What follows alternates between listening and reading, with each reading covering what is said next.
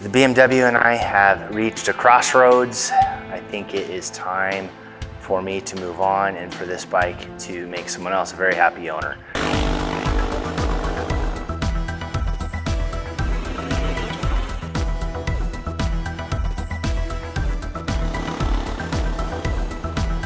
Hey, how's it going? Welcome to my channel. If you haven't done it yet, do that thing down below. So as the title suggests, I have reached a crossroads with this bike where I think it is time for me to move on. There are some very specific reasons why I believe I need to do that. Some of those have to do with life situation, and also I think my time with this bike has ran its course. And as I had mentioned in a previous video, I had been riding a small lightweight bike for the past 2.5 years, and I really found that I enjoyed riding a lighter bike. And this is not that. So riding this bike is not as enjoyable as it used to be. And there are some things that have came up, things that I'm readdressing with what my needs are from a motorcycling standpoint, and I do not believe that this bike fits that anymore. So I'm gonna give you the top reasons. I think there's about 5 or 6 reasons why I have decided to move on from this bike. I'm not gonna cover what I'm going to get, but what will replace this bike. But I want you as a viewer, if you are interested in this bike, if you have this bike, maybe you're having some of the same conflicts, or maybe you are interested in getting this bike and everything I say does not matter to you one bit, and it confirms your desire to own a BMW R1200GS. So let's get into the reasons why I've decided that it's probably time for me to move on from this bike. All right, I'm going to give you these reasons, not in any particular order, but I think as I run through them, you can see how they are tied together. The number one on the list, and one of the issues that I found to be a bit significant for me and my riding style, especially when I was riding this off-road, is the suspension. I prefer a little bit stiffer suspension, and something that's a little bit more playful, just because you get more handling and more ability to move the bike around, and it responds more off of the terrain. And I really like a bike that responds off the terrain and does what I want it to. This bike is very plush. It's like sitting on a couch. It just kind of goes over everything and smooths everything out. But when you really want to push it, you start finding limitations. I found limitations on this bike for my riding style. I'm not a great rider, but I had to slow down some of the things that I was doing. Replacing the suspension on this bike with something that has more adjustability is really, really expensive. It's probably $4,000 just for the front and rear shocks. And then tearing this apart to put those shocks in, I could probably do it, but it's a lot of tear down. It's not a very simple thing to do. So it doesn't really fit into the level of comfort I have of tearing a bike down, because this requires a lot of tear down to get the shocks, both front and rear, put in. I also don't like that I don't have just stock adjustability. There's some electronic adjustability, but there's no way to tune it. I found the compression to be a bit slow.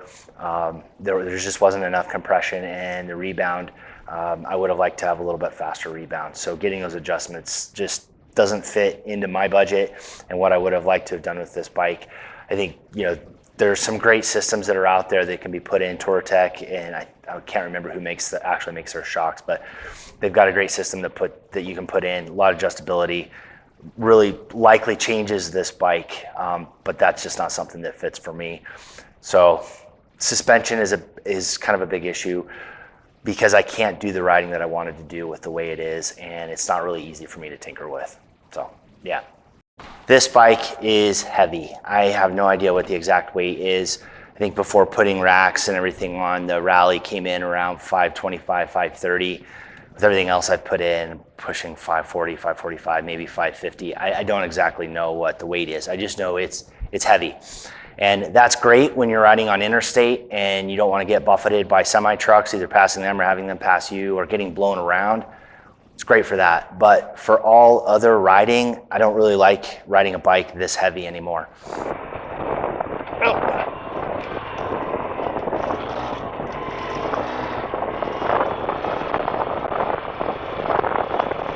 I don't know how I saved that. Parking lots can be challenging. Slow speed riding can be challenging. You really have to use a lot of your riding skills. It's a lot easier to get yourself in a bad situation on a little bit of a parking in the wrong direction and downhill, or even doing U-turns and being very precise. Now, I might just be complaining a little bit about that, but after riding a light bike for the last 2.5 years, like I've mentioned numerous times, and finding how much easier it is to ride that bike, and going back to this and seeing how much more work it is to go between bikes, I don't want to ride a heavy bike anymore. It's even just moving it around in the garage can be a lot of work. In the past, I have dropped this bike in the garage a number of times, just being in an awkward situation, being in a small garage, trying to move it around, and it's gotten away from me. So the weight is a significant issue. I want to move towards a much lighter bike. So that's one of the reasons why I think it's time for me to move on from this bike. Reason number 3, or roughly in that area, is this is a premium bike. It requires premium costs in repairs and premium costs in parts to make repairs. Now, these bikes are known for their reliability, but when something does go wrong, it is going to cost a lot of money, and my budget really can't support this bike. And if I'm being honest with myself, it probably couldn't support this bike when I bought it to begin with, but I really wanted it. I did have a couple warranty things that I took the bike in, and I'm thankful I didn't have to pay for that myself, like the front shock and the telelever front suspension. However, transitioning, having this bike beyond what the warranty period is, even with the extended warranty, that's going to be expiring soon. So I don't think it's reasonable to continue to ride a premium bike with the chance of damaging a wheel, front or rear. That's really expensive. Or the suspension, if one of the shocks starts leaking again, that's quite expensive as well.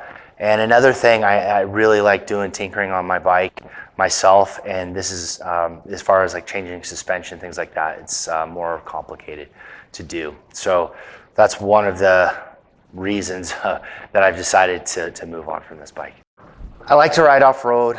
I like to go camping. I like to just get out and explore. And I don't want to change the way I ride to fit this bike. And riding the lighter bike, I started riding a lot more aggressive, more challenging areas that there's no way I would have ever have taken this bike on. I don't have the riding skills like the pros have and I'm not willing to risk taking it down some areas that I know that I may not be able to get back up. So I don't want to change my riding style to fit the bike. I would rather get a bike that fits my riding style. My other bike does that really, really well, but I need 2 bikes, and this really isn't the right fit for me. So with the off-road riding, knowing the wear and tear it takes, like I talked about before, being a premium bike, requiring premium parts with premium repair costs, taking it off-road just puts me in a very difficult position that when things break, it's gonna cost. And then not being happy with the suspension, it's never gonna actually feel the way I really want it to, and to give me that feedback and handling that I prefer. So knowing that I'm not taking this thing off-road anymore, this bike doesn't really fit me anymore. So another reasons why I really think that it's time for me to move on. All right, I've got one more little nitpicky thing that it actually became kind of an issue for me, and that is the Garmin Navigator, what is it, the 6? I've had to replace this 3 times. I've seen guys, riders that have had to replace theirs 6, 7 times. That started eating at me, because one of the things that I liked about this bike was having the navigation and also getting all of the details on the operating conditions of the bike, whether it be tire pressure, how much fuel range is left, engine temperature, just a lot of details in there. But with that missing and having the issues with that, my concern was at some point Garmin was going to stop supporting it, or BMW was going to stop supporting it, and all of that information would be lost. And I wouldn't have access to it as easily as I have now with the Garmin. And then the GPS has proven itself to be unreliable over the past, well, basically since year 2 of having this bike, and I've had to replace it several times. So that became kind of a nitpicky thing that just kind of ate at me over the years, not knowing if I can actually trust the navigation on this. So not that that was the straw that broke the camel's back, but it was something that has been annoying me from the very outset of finding issues with it. So if you've made it this far, thanks for watching. These are just my reasons why I'm going to move on from the R1200GS. I have a ton of respect for the riders that go out and handle these things like champs, like pros. I don't enjoy that because there's just a lot of stress that comes with it. And the consequences for failure on a bike this big are higher than on a lighter bike. There's just a lot more mass hitting the ground. There's just a lot more things happening. And I found that I got myself into more trouble on this bike than I have on my other bike riding off-road and doing those things. So if you agree or disagree with me, leave that in the comments below. If this is a bike you're considering and this was useful, or there's some other considerations that you're going through, leave those in the comments below as well. If you also are considering replacing your R1200GS with something else, let me know what those reasons are in the comments below, and maybe what you're thinking about replacing this with. So, and if you completely disagree with me on everything that I've said, also leave those in the comments below. I'm curious to see those of you that are diehard R1200, R1250GS riders. Let me know what your thoughts are on that. And I expect some of you are going to tell me that I should go take training, or that I'm not a good enough rider or whatever else, and that if I was a good rider I could handle this bike. That's fine, I get that.